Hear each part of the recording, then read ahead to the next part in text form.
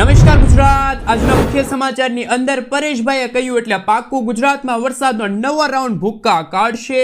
શું દિવાળી પહેલા ખેડૂતોના ખાતામાં જમા થશે ₹2000નો 21મો હપ્તો? વાહન ચાલકો થઈ જાજો તૈયાર, હેલ્મેટ ફરજિયાત। તહેવારો નજીક આવતા રાશન કાર્ડ ધારકો થઈ જાજો સાવધાન। હીરા ઉદ્યોગ પર લાગ્યો છે મંદીનો માહોલ। ખેડૂતોની વહારે આવ્યું છે કિસાન સંઘ। મોદીજીની દેશવાસીઓને મોટી અપીલ। ખેડૂત મિત્રો 15 સપ્ટેમ્બર પહેલા કરી લેજો આ કાર્ય પૂર્ણ। જનધન ખાતામાં આવશે 10,000 રૂપિયાની સહાય। વાહન ચાલકો માટે ફાસ્ટેગને લઈને આવ્યા છે મહત્વના સમાચાર। તમારા ઘરનું લાઇટ બિલ આવશે 0। ખેડૂતોને મળશે 20,000 રૂપિયામાં 5 લાખ રૂપિયાની સહાય। વડીલો માટે મોદી સરકારની ખાસ યોજના। દીકરીઓને મળશે 50,000 રૂપિયાની સ્કોલરશીપ। વીજ ગ્રાહકોને રાહત આપવા સરકારે લીધો છે મોટો નિર્ણય। સોના ચાંદીના ભાવમાં થયો છે વધારો અને આજના સૌથી મોટા ખેડૂત ઉપયોગી સમાચાર જાણીશું આજના આ વિડીયોની અંદર। મિત્રો, દરેક સમાચાર દરેક માહિતી જણાવીએ એ પહેલા ગુજરાતના જે પણ મિત્રો ચેનલ ઉપર જો પહેલી વાર આવ્યા હોય તો મિત્રો ખાસ કરીને વિડીયોને એક લાઇક કરી ચેનલને સબસ્ક્રાઇબ કરવાનું ભૂલતા નહીં। સાથે આજનો આ વિડીયો છે જેને અંત સુધી જોતા રહેજો।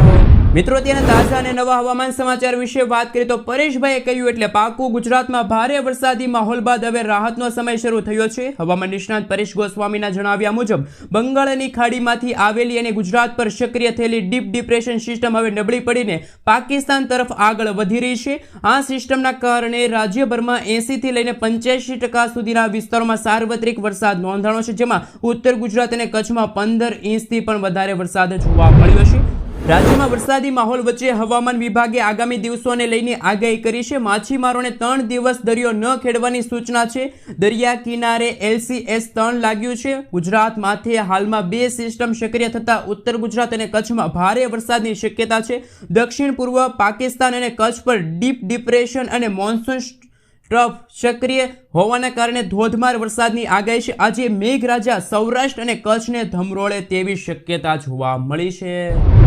મિત્રો, ત્યાં પછીના સમાચાર વિશે વાત કરીએ તો દિવાળીની ભેટ, દૂધના ભાવમાં થશે ઘટાડો। કેન્દ્ર સરકારના GST કાઉન્સિલિંગના તાજેતરના નિર્ણયથી દેશના લાખો ગ્રાહકો માટે સારા સમાચાર સામે આવ્યા છે। હવે પેકેજ દૂધ પર લાગતો 5% GST દૂર કરવામાં આવ્યો છે, જે 22 સપ્ટેમ્બર 2025 થી અમલમાં આવશે। આ નિર્ણયના પરિણામે અમૂલ અને મધર ડેરી જેવી મોટી બ્રાન્ડ્સનું દૂધ સસ્તું થશે અને ગ્રાહકોને પ્રતિ લીટર 3 થી 4 રૂપિયાનો ફાયદો થશે। મિત્રો, ત્યાં પછીના સમાચાર વિશે વાત કરીએ તો ખેડૂતોને વહારે આવ્યું કિસાન સંઘ। તાજેતરમાં થયેલા ભારે વરસાદના કારણે રાજ્યના વિવિધ ભાગોમાં ખેતી અને માળખાકીય સુવિધાઓને વ્યાપક નુકસાન થયું છે। આ પરિસ્થિતિને ધ્યાનમાં રાખીને ભારતીય કિસાન સંઘે તાત્કાલિક રાહત અને સહાય માટે રાજ્ય સરકારને રજૂઆત કરી છે। કિસાન સંઘના મહામંત્રી RK પટેલના જણાવ્યા અનુસાર વરસાદથી ખેડૂતોના ખેતરમાં પાક ધોવાઈ ગયા છે, જેના કારણે ખેડૂતોને ભારે નુકસાન વેઠવું પડ્યું છે। હવે આગામી દિવસોમાં ખેડૂતોને કૃષિ રાહત પેકેજ અંતર્ગત સહાય છે એ ખેડૂતોના ખાતામાં ટ્રાન્સફર કરવામાં આવશે। મિત્રો, ત્યાં પછીના સમાચાર વિશે વાત કરીએ તો શું દિવાળી પહેલા ખેડૂતોના ખાતામાં જમા થશે ₹2000નો 21મો હપ્તો? પ્રધાનમંત્રી કિસાન સન્માન નિધિ યોજના નાના અને શ્રીમંત ખેડૂતો માટે સૌથી મોટી રાહત સાબિત થઈ છે। આ યોજના હેઠળ ખેડૂતોને દર વર્ષે 6,000 રૂપિયાની મદદ આપવામાં આવે છે, જે સીધા 3 સમાન હપ્તામાં ખેડૂતોના ખાતામાં ટ્રાન્સફર કરવામાં આવે છે। અત્યાર સુધી 20 હપ્તા ખેડૂતોના ખાતામાં ટ્રાન્સફર કરવામાં આવ્યા છે। હવે કરોડો ખેડૂતો આગામી એટલે કે 21મા હપ્તાની આતુરતાપૂર્વક રાહ જોઈને બેઠા છે। શું દિવાળી પહેલા ખેડૂતોના ખાતામાં જમા થશે ₹2000નો 21મો હપ્તો? મીડિયા રિપોર્ટ્સમાં એવું કહેવામાં આવી રહ્યું છે કે સરકાર તેને નવેમ્બર મહિનામાં રિલીઝ કરી શકે છે, પરંતુ દિવાળી 30 ઓક્ટોબરના રોજ છે। આ પહેલા પૈસા આવવાની શક્યતા ખૂબ જ ઓછી છે। આ દરમિયાન ખેડૂતોને જરૂરી ઔપચારિકતાઓ પૂર્ણ કરવાની સલાહ આપવામાં આવી છે।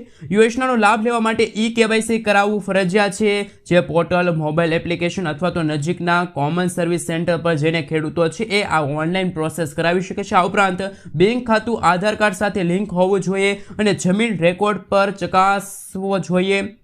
જો આ પ્રક્રિયા અધૂરી રહી તો ખેડૂતોના ખાતામાં ₹2000નો 21મો હપ્તો આવી શકશે નહીં। મિત્રો ત્યાં પછીના સમાચાર વિશે વાત કરીએ તો રત્ન કલાકારોની માઠી દેશા કામમાં થયો મોટો ઘટાડો. અમેરિકાના 50% ટેરિફથી ગુજરાતના હીરા ઉદ્યોગને ફટકો પડ્યો, જેનાથી સુરત, અમરેલી, ભાવનગર, જૂનાગઢમાં 1 લાખ રત્ન કલાકારો બેરોજગાર બન્યા. અમરેલીમાં 1100 થી 1200 ડાયમંડ યુનિટમાંથી 150 થી 200 કારખાનાઓ બંધ થયા છે. ઓર્ડર્સ રદ થતાં ઉત્પાદન ઠપ થયું છે. કામદારો શાકભાજી વેચવા, ખેતી અને અરજી લખવા જેવા વ્યવસાયો તરફ વળ્યા છે. ઉદ્યોગોને સરકારને વેપાર, વાટાઘાટો અને રાહતની માંગણી કરી છે. મિત્રો ત્યાં પછીના સમાચાર વિશે વાત કરીએ તો હેલ્મેટમાંથી મળી મુક્તિ. શહેરમાં હેલ્મેટના કાયદાની કડક અમલવારીનો પ્રથમ દિવસે જ વાહન ચાલકોમાં પ્રચંડ રોષ ફાટી નીકળ્યો છે. પોલીસ અને વાહન ચાલકો વચ્ચે ઠેર ઠેર બલાલ થતાં રાજ્ય સરકારે આખરે નરમ વલણ અપનાવ્યું છે. આગામી 2 મહિના સુધી હેલ્મેટની કડક અમલવારી મોકૂફ રાખવાનો નિર્ણય લેવામાં આવ્યો છે. હવે પોલીસ દંડ નહીં વસૂલે, પરંતુ હેલ્મેટ પહેરવા અંગે જાગૃતિ લાવશે. જે લોકો હેલ્મેટ પહેરેલા હશે તેમને ફૂલ આપી સન્માનિત પણ કરવામાં આવશે. મિત્રો ત્યાં પછીના સમાચાર વિશે વાત કરીએ તો ટેકાના ભાવ માટેની નોંધણીની ડિજિટલ ક્રોપ્સ સર્વે અનિવાર્ય. ખરીફ પાકોનું ટેકાના ભાવે વેચાણ કરવા થયેલી નોંધણીમાં દર્શાવેલ પાક અને સર્વે નંબરમાં ડિજિટલ ક્રોપ સર્વે અને સેટેલાઇટ ઇમેજ આધારિત વેરિફિકેશન થશે.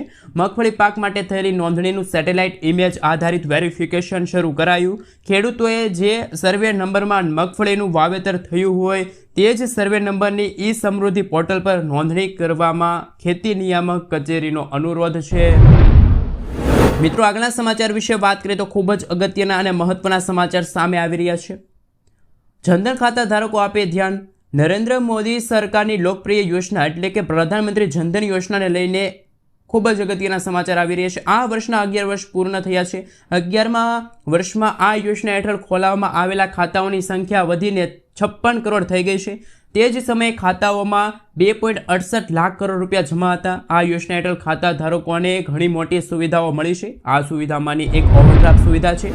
પ્રધાનમંત્રી જનધન યોજના હેઠળ લાભાર્થીઓને 10,000 રૂપિયા સુધીની ઓવરડ્રાફ્ટ સુવિધા મળે છે.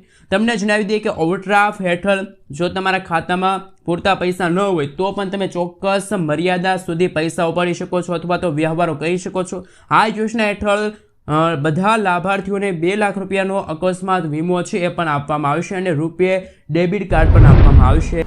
મિત્રો ત્યાં પછીના સમાચાર વિશે વાત કરીએ તો તમારા ઘરનું લાઇટ બિલ આવી શકે છે 0 જો તમે આ યોજનામાં અરજી કરશો તો. દેશમાં વધતા વીજળીના બિલથી પરેશાન લોકો માટે કેન્દ્ર સરકારે પીએમ સૂર્યઘર સોલાર રૂફટોપ યોજનાની શરૂઆત કરી છે. આ યોજના હેઠળ ઘરની છત પર સોલાર પેનલ લગાડવા માટે 40 થી 70% સુધીની સબસિડી મળશે, જેથી લોકોને સસ્તી સ્વચ્છ વીજળી મળશે અને પર્યાવરણ સંરક્ષણમાં યોગદાન મળશે. વર્ષ 2030 સુધીમાં લાખો ઘરોને સોલાર એનર્જી સાથે જોડવાનો લક્ષ્યાંક છે.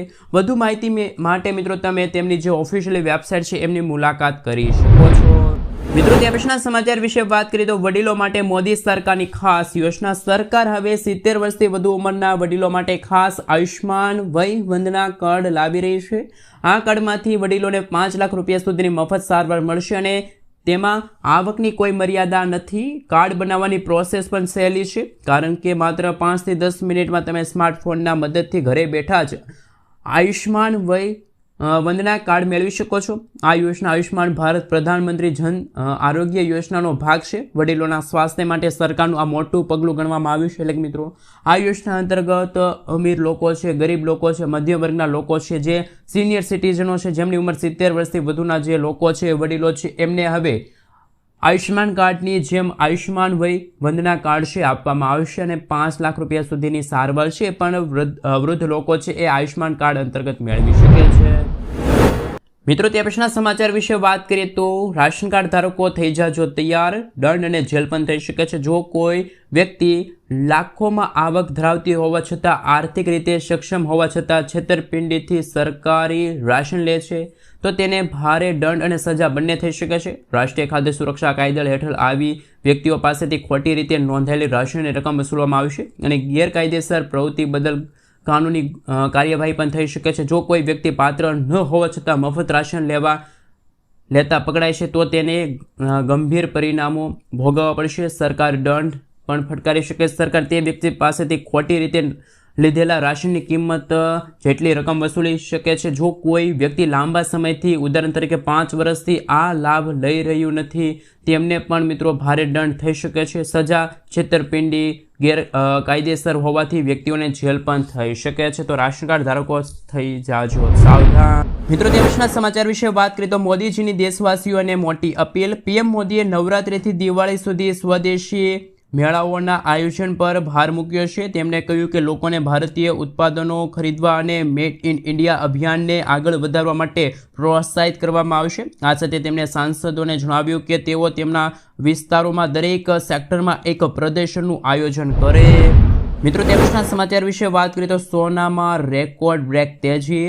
9 સપ્ટેમ્બર 2025ના રોજ સોનાના ભાવમાં રેકોર્ડ બ્રેક તેજી જોવા મળી. 24 કેરેટ સોનું પ્રતિ 10 ગ્રામ 1,10,440 રૂપિયા સુધી પહોંચ્યું છે, જ્યારે 22 કેરેટ સોનું 1,01,250 રૂપિયા થયું છે. મુંબઈ, હૈદરાબાદ, ચેન્નઈ, બેંગલુરુ, કોલકાતામાં 24 કેરેટના ભાવ 1,10,290 રૂપિયા, 22 કેરેટના 1,01,100 રૂપિયા છે, જ્યારે જયપુર, અમદાવાદ, પટનમાં 24 કેરેટ ખાસ મિત્રો 24 કેરેટના 1,10,340 રૂપિયા છે. ચાંદીના ભાવમાં પણ 3,000 રૂપિયાનો વધારો થતાં 1,30,000 રૂપિયા પ્રતિ કિલોગ્રામ ચાંદી છે પહોંચી ગયું છે. મિત્રો તે પછીના સમાચાર વિશે વાત કરીએ તો ખેડૂતો માટે મહત્વના સમાચાર.